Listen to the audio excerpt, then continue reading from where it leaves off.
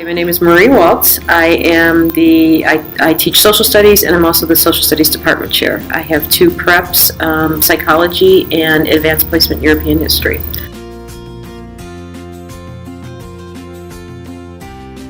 Two classes that you can take in ninth grade. There is the college world history and the honors world history, and so they vary as to the scope of what is studied as well as what the tests look like. In your college world history, you have you study your world history from 1750 approximately to present.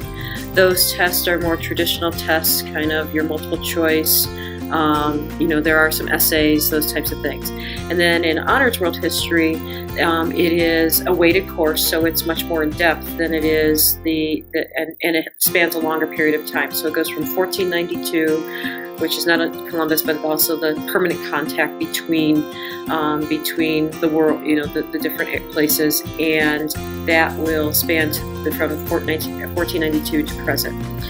Those tests are designed to be more document-based, more essay-written. They are still some multiple choice, but the goal of that class is to get students ready to kind of as a transition to be ready for something like AP US History and the other AP courses we have in the department.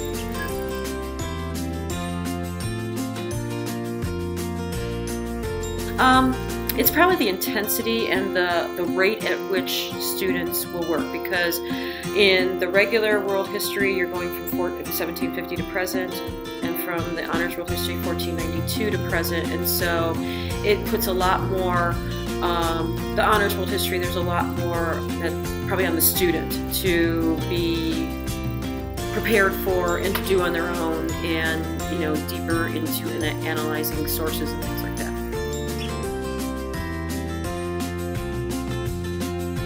Probably a mixture, depending on the teacher, what they find most valuable. All of our history classes are pretty much taught chronologically, so they will go in order from, like a cause and event of cause and effect of events. But depending on the teacher, you will have different types of activities. Some are more traditional, where it's more of a worksheet, where you'll do something for, read something for homework or do a worksheet, and you do a worksheet in class.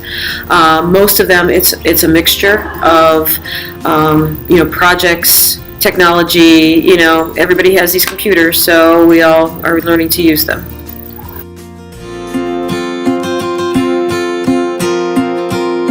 So after ninth grade, after your world history, in 10th grade, the required class is U.S. history. So that means you have choices of the college world history or AP US. And the workload is vastly different between those two. College world history goes from approximately college U.S. history goes from approximately the Civil War to present, whereas AP US goes from pre-1492 to present. It is kind of a gauntlet of information that you have to get through, because it's probably one of the more daunting AP classes. So those are your 10th grade. Required in 11th grade would be government, and again you have two choices of the regular, or the college, or the AP. What is interesting about our AP government class is that it meets only every other day. It used to be a semester course, and we expanded it to a year-long course, and then now it meets every other day. Students will have required activities to do on those days off, and then they will have classroom activities in class. So those are required. And then finally, in your senior year, you have the college or the AP, and in this case, the college is every other day. And the AP is and the college is every other day for a semester. The AP is every day for a whole year. So those are the required classes, and then on top of that, we have some electives. We have Contemporary World Issues, which is taught by Mr. Couch and Mr. Russo, and that is really kind of modern history. It's just looking at the world today. We have Psychology, which is taught by myself and Mr. Parsons, looking at why people do what they do. We have Geography, and that's really not just maps, but it's just cultural geography of why different areas have brought forth different cultures. trying to think if there's any. Oh, we have AP Psychology, and then the best class, which is AP European History, which is usually junior or senior year, and it's a complete elective. That's a class that's a year long, and it is an AP class as well. All of our AP classes are weighted, as is Honors World History.